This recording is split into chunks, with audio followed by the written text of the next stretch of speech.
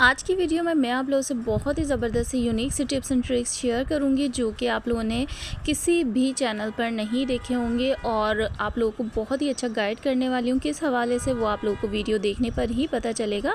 तो शुरू करते हैं अपनी वीडियो। बिस्मिल्लाहिर्रहमानिर्रहीम। अस्सलाम वालेकुम, मैं हूँ हया। आप लोग देख रहे हैं हया टिप्स जोन। जब भी हम चौलाई लेकर आते हैं ना और चौलाई के पत्तों को हम अलहदा करते हैं तो साथ में ये फूल है ना हमारे आ ही जाते हैं, क्योंकि हर पत्ते को हम अलहदा अलहदा तो करते नहीं है ज़ाहिर है, और जल्दी जल्दी तोड़ते हैं। कुछ बच्चे भी तोड़वाते हैं क्योंकि काफ़ी सारी होती है ना, तो ये सेहत के लिए बिल्कुल भी अच्छे नहीं होते हैं। अच्छा, इसको अगर आप खाने में शामिल कर देते हैं ना चौलाई बनाते हुए, तो ये आपको फूड पॉइज़न भी कर देते हैं। पेट में बहुत ही ज़्यादा मरोड़ होती है और वॉमिटिंग वगैरह होती है, तो इसको थोड़ा सा अवॉइड किया करें। ये सेहत के लिए अच्छे नहीं होते हैं। ये तो चौलाई खाने के बाद कुछ लोगों की तबीयत ख़राब होती है, वो इसी वजह से होती है। अगर ये फूल खाने में शामिल हो जाते हैं ना चौलाई की सब्ज़ी बनाते हुए, तो ज़रूर तबीयत ख़राब होती है। तो इस चीज़ को लाजमी अवॉइड करें, और ये बहुत कम लोगों को पता है ये बात। और मैंने ये ना फ़र्स्ट टाइम ये हैक ट्राई किया था, जो आपके सामने इस तरीके से कटर में मैं डाल रही हूँ। उल्टा करके मैंने कटर को इस तरीके से इसके अंदर सारी डाल दी थी इसकी डंडियाँ, और इस तरीके से नीचे से खींचा तो आराम से निकल रहा था। बट यहाँ पर प्रॉब्लम ये थी कि ये इतनी फ़्रेश नहीं थी मेरे पास ना, क्योंकि बासी थी थोड़ी सी, तो इतनी फ़्रेश नहीं थी। थोड़ी सी एफ़र्ट के बाद तब ये निकल कर आ रहे थे पत्ते। अगर आपके पास फ़्रेश है तो आप कर लीजिएगा, वैसे काम जल्दी हो जाता है इससे। थोड़ा सा प्रोने में या बच्चे बहुत ही आसानी से ये काम करेंगे। अगर आप बच्चों को बिठाएंगे ना तो वो बहुत ही ज़्यादा मतलब कि उनके लिए एक खेल होगा और वो जल्दी से ये काम कर लेंगे। तो इसकी हेल्प से थोड़ा ज़्यादा जल्दी काम हो जाता है। आते हैं नेक्स्ट टिप की तरफ। जैसे कि अब गर्मियाँ आ चुकी हैं और गर्मियों के साथ साथ मोटे मोटे दाने या बारीक छोटे छोटे से दाने लाजमी आते हैं। अगर आपके दाने इस तरीके से हैं, थोड़े से मोटे और बड़े हैं और इनका मुंह नहीं है, तो उसके लिए आप लोगों को बताती हूँ कि अंदर इस तरीके से लिक्विड होता है और आप बहुत ज़्यादा तकलीफ़ होती है कि निकाल भी नहीं पा रहे होते हैं। तो उसके लिए इस तरीके का प्लास्टर आता है ना, तो वो आप ले लें। मेडिकल स्टोर पे बहुत ही आसानी से ये हर जगह अवेलेबल है, आप वहाँ से ले सकते हैं। बिल्कुल भी दर्द सहने की ज़रूरत नहीं है। 2-3 दिन देख लें, 2 दिन देख लें तकरीबन। अगर नहीं फ़र्क पड़ रहा ना, मैंने तो देखें ये मेडिसिन वगैरह भी साथ में मंगवाई है, इससे काफ़ी ज़्यादा फ़र्क पड़ा था। सिर्फ 2 दिन वेट करने के बाद अगर नहीं फट रहा आपका दाना वगैरह और बंद मुंह का है और परेशानी है, क्योंकि उसके अंदर मवाद जो होता है ना वो खौल रहा होता है, तो पेन बहुत ज़्यादा होता है, तो इस प्लास्टर की हेल्प से आपका एक ही दिन में बहुत ही ज़बरदस्त सा वो दाना जो है ना फट जाएगा और जितना भी मवाद होगा वो निकल जाएगा। और उसकी आपने अच्छे से पायोडीन से क्लीनिंग करनी है। अच्छी से आप लोगों ने बैंडेज नहीं करनी, सिर्फ क्लीनिंग करनी है। उसके ऊपर पायोडीन लगा कर छोड़ दें और पूरी ओवरनाइट आपने ये लगा कर रखना है। 2 से 3 दिन आप ये करेंगे, आपका बिल्कुल अच्छा से दाना जो है खुश्क हो जाएगा, बिल्कुल ड्राई हो जाएगा। तो ये बहुत ही ज़्यादा यूज़फुल टिप है, तो ये लाजमी मतलब कि गर्मियों में फ़ॉलो कीजिएगा। अल्लाह ना करे अगर किसी के दाने हैं तो इंशाल्लाह बहुत ही ज़्यादा रिलीफ़ मिलता है, क्योंकि तकरीबन 8 दिन के गैप के बाद ना, क्योंकि इंतज़ार यही था कि ख़ुद फट जाए दाना, क्योंकि तकलीफ़ काफ़ी ज़्यादा थी और नहीं हुआ। लेकिन एक दिन इसके यूज़ करने से इतना रिलीफ़ मिला, यकीन कीजिए दाना भी फट गया और सारा ब्लड वगैरह निकल गया। अगर ये नहीं लाना चाह रहे हैं आप, तो फ़िलहाल तो ये मेरे पास चिया सीड है। इस तरीके से तुख मलंगा होता है ना, तो वो आप लोगों ने इस तरीके से किसी भी कपड़े के ऊपर लगाकर उसको सोक करके रखना है। 4-5 घंटे या 1 घंटे भी इनफ होता है, वो फूल जाता है जल्दी से। इस तरीके से दाने के ऊपर आप लोगों ने बैंडेज कर दी है ना अच्छे से। उसे टेप की हेल्प से उस कपड़े को आप लोगों ने जिसके अंदर तुख मलंगा होगा दाने के ऊपर कवर करके रखना है। उससे भी बहुत ही जल्दी दाना फट जाता है और जितनी भी तकलीफ़ होती है आपकी दूर हो जाती है। और समर्स में अगर इस तरीके से आपके बड़े वाले पिंपल्स निकलें तो 2 दिन से ज़्यादा बिल्कुल भी अवॉइड करने की ज़रूरत नहीं है, फिर उसका ट्रीटमेंट शुरू कर देना चाहिए। तो आई होप ये आइडिया आप लोगों को टिप्स मेरी पसंद आई होगी, यूज़फुल सी। और मेरे चैनल पर है ना एक बहुत ही ज़बरदस्त सा पाउडर भी बनाने का तरीका है, होममेड।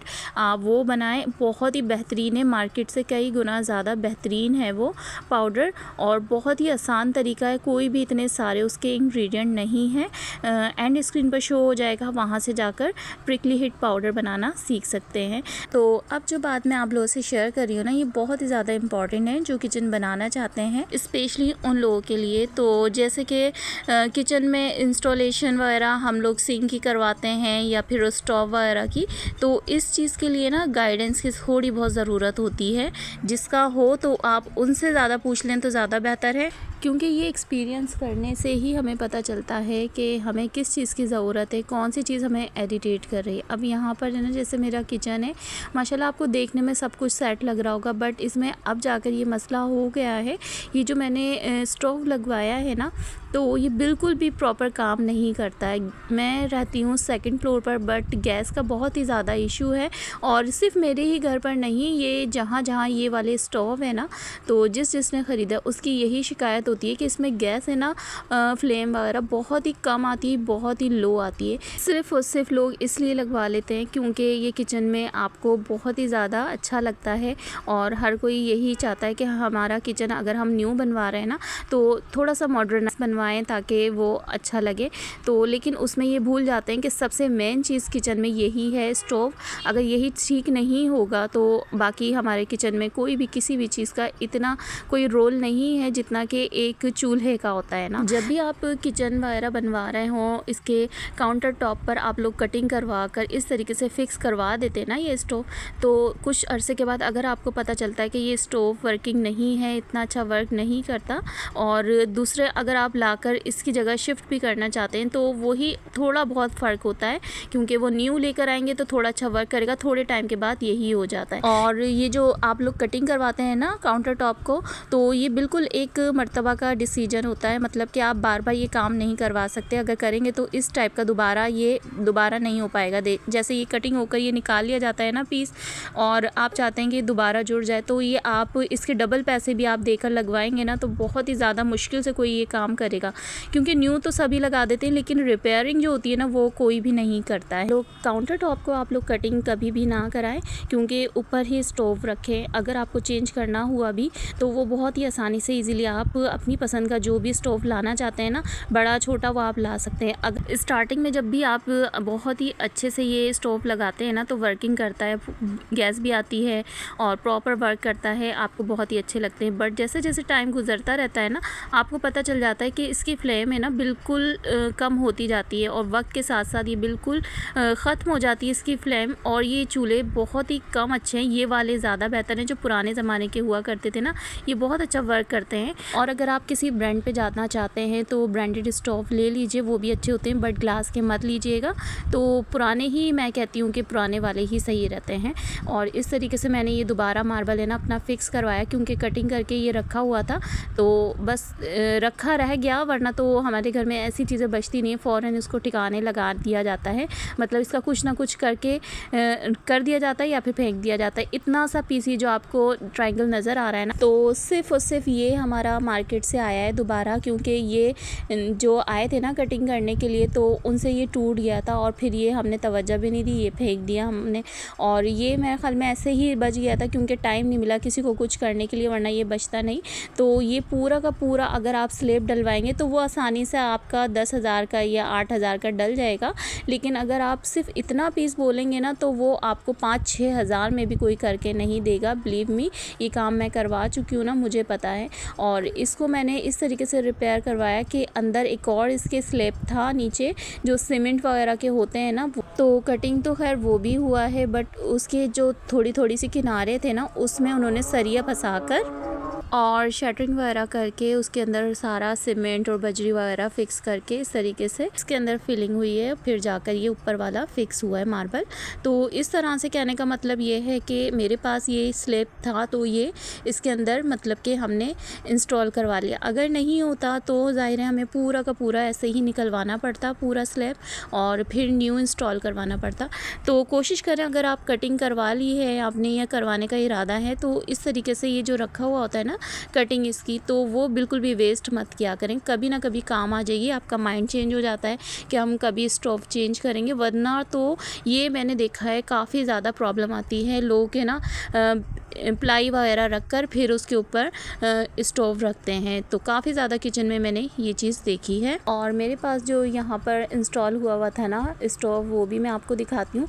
ठीक है, ऊपर से देखने में बिल्कुल भी ऐसा नहीं लग रहा कि ये ख़राब है, बट इसके अंदर से ना पार्ट्स इसके सारे गल गए हैं, जिसमें न्यूज़िल और जिसमें से गैस वगैरह आती है वो सारे के सारे पाइप्स वगैरह है ना गल गए हैं, और तभी तो इसमें गैस बहुत कम आती है। हालांकि इसकी पूरी जालियाँ वगैरह है ना जितनी भी वो खुली हुई हैं, उनके होल्स वगैरह सब खुले हुए हैं, बट उसमें ना गल के ना पाइप्स के अंदर तो यही मेटल गिर चुका है इस वजह से। तो ये उठाकर मैंने स्टोर में रख दिया है और ये बिल्कुल भी काम का नहीं है। और जब भी आप लोगों ने ये इंस्टॉलेशन करानी हो स्टोव की तो सिंक से काफ़ी दूर रखा करें इसकी इंस्टॉलेशन, क्योंकि पानी कुछ भी आप कर लें ना, कितनी भी एहतियात कर लें तो पानी जाता ही है और अंदर जाकर आपके स्टोव को ख़राब करता है। सो उम्मीद है कि आज की वीडियो आप लोग को पसंद आई होगी, काफ़ी इंफॉर्मेटिव लगी होगी, और अगर पसंद आई है तो लाइक ज़रूर कर दें, चैनल पे न्यू है तो सब्सक्राइब कर दें। चलें फिर मिलते हैं नेक्स्ट वीडियो में। अल्लाह हाफिज़।